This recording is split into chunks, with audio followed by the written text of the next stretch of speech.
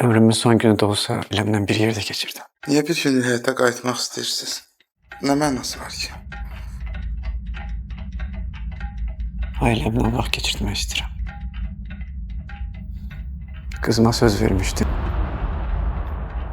ki pazar günü onu gezmeye yaparacağım.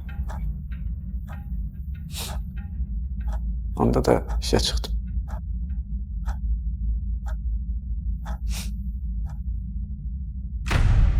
Orada da infak vurdum, ben öldüm.